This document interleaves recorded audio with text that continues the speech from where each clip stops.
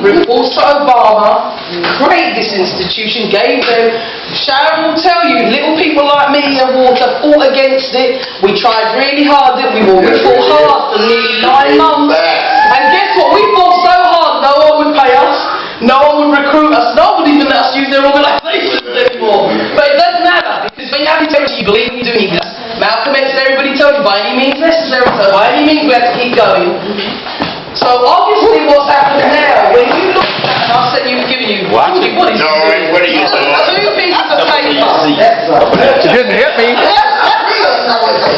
I voodooed it. 2 pieces of paper. This one I got it earlier. This piece is the most important piece. I'm glad you're talking about core because I heard the principal. This is core. That's the other thing that, you know, funny you should say that. So many people, when I say core, they think core. I'm not talking about the standards. I'm talking about an institution that's like a mini state. In right now in California, called CORE, the California Office for Reform in Education. And Omni wrote this. No, Davey and the Billionaires wrote it, but they had to get Arnie to rubber stamp it, otherwise it couldn't happen. Well, Arnie Duncan was the one that gave them the permission to do it. Right. Arnie gave permission, Obama signed it into law. Right, but all the specifics. Yeah, we fought me and Water by ourselves, Lone Rangers, 2 countries, fought this for 9 months. They kept saying, give us the evidence. We had to read everything. We had to read every email I had to send it. Look, they say they didn't do this properly. Look, they say they didn't spend this properly. Look, they took away the money for special. Look, they didn't train the black people right. Look, they got a parent. I'm not on the payroll. And yet you got this whole institution called Beaudry, 333, who all knew what was going on, but were saying, you're crazy, Yolande, this is going to assassinate and billionaires. But guess what? When you have a higher power, whatever else will happen. Okay? So, this letter from the United States Department is a long letter. I only gave you a copy because I didn't give you the front page. You can now start giving me this, go online. I met the woman who was in charge of this letter, and she said to me, you're the only person who's got a spanner in the works. You, Yolande Beckles, you need to know you better have an army because they're coming after you. They said it. Yeah. And they were right. This white woman who I never met before knew what she was talking about. This letter was to say that they're given the school districts are here, Fresno, Los Angeles, Oakland, Sacramento. They're giving them permission to continue this mini state. But we can stop it, parents. We really can. Because it can't be just me anymore. Because this looks like I've got a personal vendetta against Daisy, and I don't. Why do I have a personal vendetta against me? It ain't done nothing to me. I'm not in this school district. But I'm about the Ryans of this world. If I don't do it for the Ryans, who is going to do it for the Ryans? If you look at what it says CORE, California Office for Reform in Education. Why? Systems and processes, including monitoring, technical assistance, data collection and use, and family and community engagement and outreach. Let me tell you, they have broken every federal guidance on all of these areas. Okay? Next one, transitioning to and implementing college to career study standards. Why are you going to give these people all the power when we've only had 63% of our children graduate?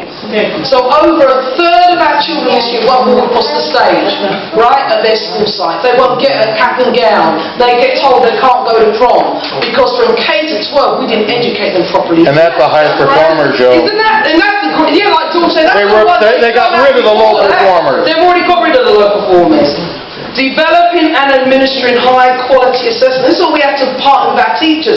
That's what I'm saying. There's some fights we can't have anymore. We got to find another way because these guys know things that we don't know because we ain't in that quiet little staff room or in the professional development training that half of them says a load of crap when they go to anyway. Alright? So we need to befriend some of these people. But this is my favourite. Reward, priority, focus and other Title I schools. Okay? So I can tell you, I'm going to show you paperwork next week where I sent emails and they haven't done what they were supposed to do for millions of dollars. So if you get $7.9 million for parental involvement for 20, 30 police training. How many trainings did you go on, Ross, this year? None. There's a parent in the system, and we ask all the parents that every time we go. Now, I have to admit, when I go to the Valley, those parents say, oh yes, we had a nice training session. What did they train you? Well, they trained me in how to read my child's book. Well, I don't have to read to my child. I don't need to teach them that, right? Okay? Do you know how to read? Yeah, you can't read. What's wrong with you? And then I said to Ros about this training. She said, oh, you know, they told me at the school, well, we already invested in the computer classes. Listen to what they're training parents in. Computer classes. You go to Apple, you get a free lesson. You go to Microsoft, you get a free lesson. You don't need the district to use your parental involvement money to pay somebody to come in and teach you computer. Okay? So that's what we have to train our parents and I had to say, hold on a minute, whoa, did we vote for computer classes? I go to Apple every week and I can get free lessons by the experts. No, we don't. That's right. It's illegal. So they told Ross, we can pay for you to go on Yolanda's training like next year, like hopefully she'll be got rid of by then. Then we'd have deported her ass back to England. It ain't gonna happen. So They didn't know it was you, Yolanda. No? They didn't know. Oh no, but they don't want to pay for me to go on anything, period. Teacher and principal evaluation and support systems. Alright? Teacher and principal support. At this point, you need to Who's going to listen. They just sent a letter out to all administrators telling them what if they did not do, they could be removed as an administrator. Remember now, it's local control. Yes. Don't forget local control. That's the other thing. That's why the community needs to get organized. Because you have to understand something. I'm very lucky, but many people are trying to feed their families with very little amounts of money. Okay? So they're in this room and they will tell me offline, everything you're saying is right, but I need to feed my family. And for some people, that's a priority for them. Whether we like it or not, we think it's right or wrong. Feeding their own personal human beings is important to them. It's number one. Right? And so they make choices, and whether we like it or not, some of those choices affect those of us who are not in their family. Alright? So we have to find a way in this movement to re-educate. That's what my dad used to say to me. It's about re-educating those who think they're educated. Alright? That because you can feed your family today, who's going to feed that family tomorrow? That's the bit that you're missing. Well, what this man is creating is the ability, very powerfully in this country, to flip the script. And what we're going to find, if we think we have a lost generation, there's going to be so lost we ain't going to even recognise them. I drive down Skid Row, I take my children to Skid Row once a week to remind them of how fortunate the life is that they have. Because when they're asking for another Xbox, and why didn't you get me the new iPhone? I just had an iPhone last week. I showed them Skid Row, I said, your ass could be here. So we need to start doing that. I made my children water, I made my children volunteer every day on Thanksgiving. They're like, everyone else has their family, we have to feed everybody else. Yeah, you do have to feed because one day people will feed you. That's why. So we have to rethink and behave, change our behaviors to really look at what's going on in the wider context of community and re-educate our people. Mary, you know, that's what we call empathy. Putting yourself in somebody else's shoes, and that's something that our schools are not teaching. Right, and that's why a lot of times at the root of why we have to have the police on campuses. You know, it's about bullying. A lot of times it's about bullying. We have to understand that the children are traumatized. Yes. The children are living in a war zone. There are lots of things that are going on. So as far as putting police in the community, that's a Band-Aid. That's a Band-Aid.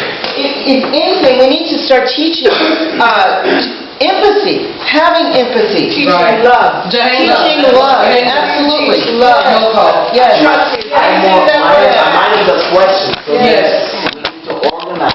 Yes. So how do we do this? How do we do this? I mean, we could start by maybe having all of our emails on a list or something, and then so that we're all on the same page. Right. When we're training our own community. Right. And then we can even communicate. How did it go in your community? How did it go in your community? You know, what was common? What was unique? Yes. things like that. Very Could true. we do that? Very Yeah. true. That's how you do it. Can we do that now? I mean, can we pass it on a list and That's how it got to this point. Hold on.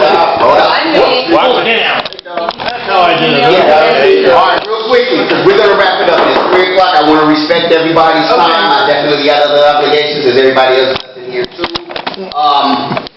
We're on that mission right now, JD. You already understand working with schools, what LA students deserve, and the youth that are out in the schools doing cross school campaigning about the very needs that are in the schools. We're working with them. The neighborhood councils is where I personally started because I saw it as a vehicle, as a mechanism, processes, and even had funding to get a lot of this work done. Remember, we printed a lot of this material out of our own office. All right. Other than that, you wouldn't have gotten it from this. Okay. So that's how we're doing it. Now, that sign-in sheet is critical.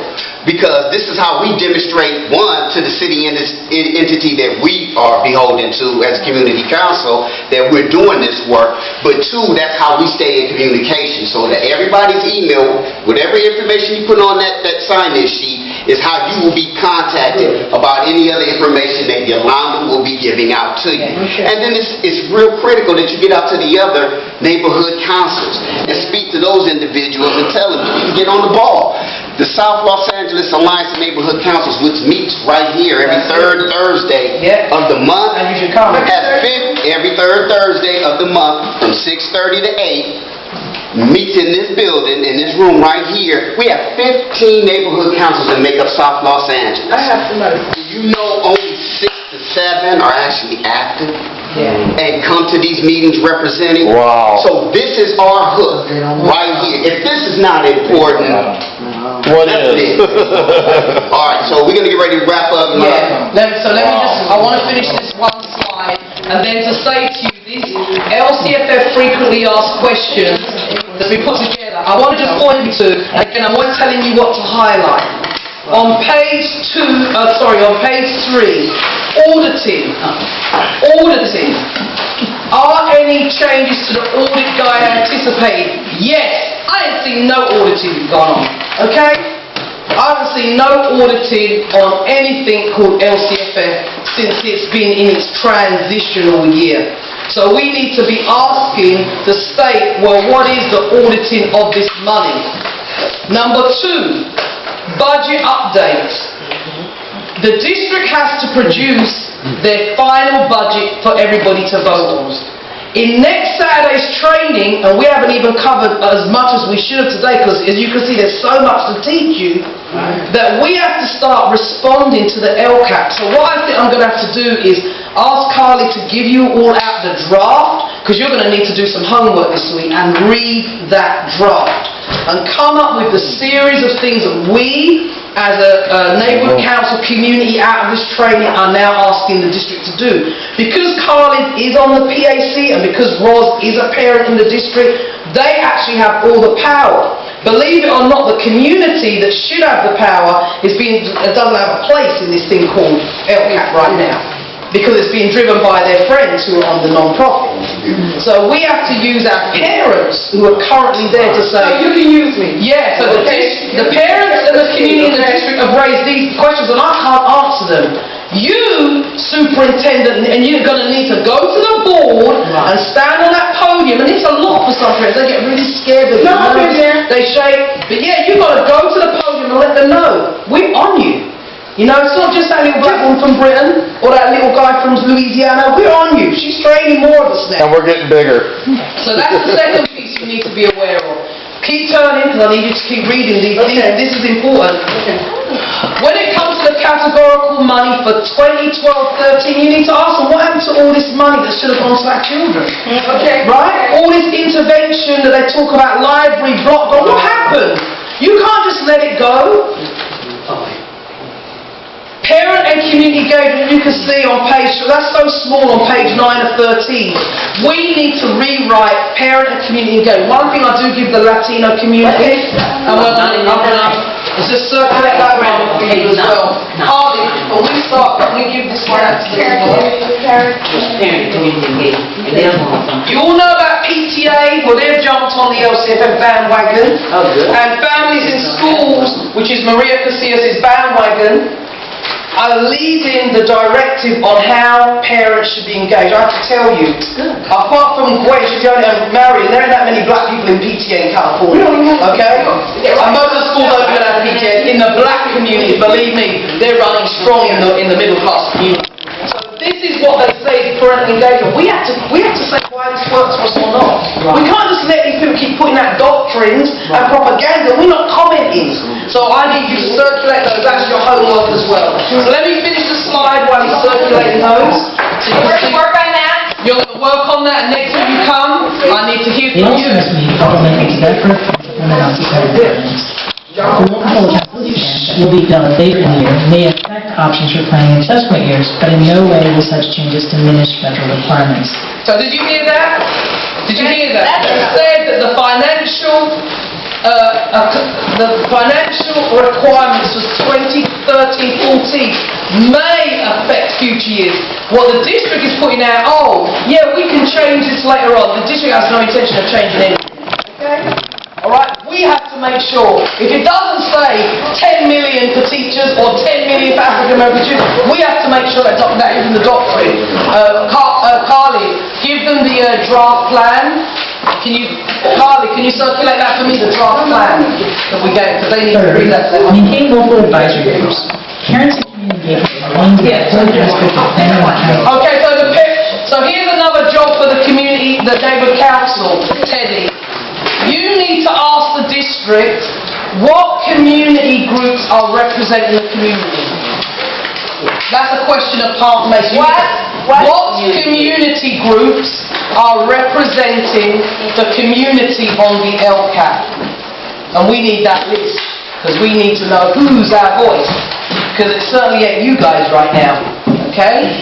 Real quickly, I only have 8 copies of this. This is a large document. It is the draft of the plan. This is what we were given at the PAC meetings, through families and all these other organizations, and we were asked to fill in the blanks.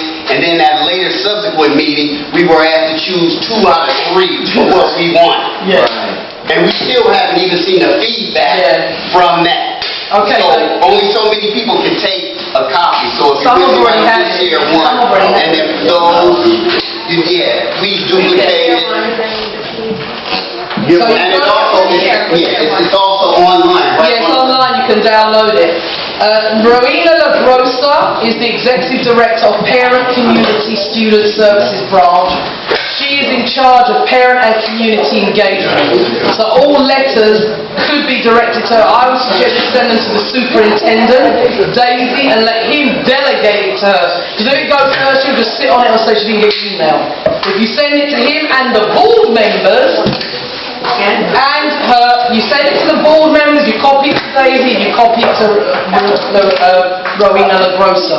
The under LCFF. The terminology and details for local advisory groups should be refined under LCFF. Local education agencies are expected to continue to engage parents and community broadly in the preparation of local education agencies and site-level planning activities, as most of these groups are required for federal program purposes. Okay, did you hear that? You missed that. You got to hear it. Yeah. Listen to what they say about what you should be doing with parent and community.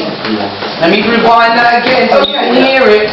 Please listen. An important aspect of planning and accountability under LCFF. While the terminology and details for local advisory groups may be defined under LCFF, local education agencies are expected to continue to engage parents and community members broadly in the preparation of local education agencies and site-level planning activities, as most of these groups are required for federal program purposes.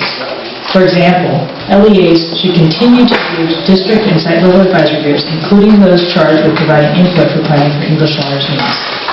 LEAs that have operated... Right, did you hear that? So let me tell you what's happened.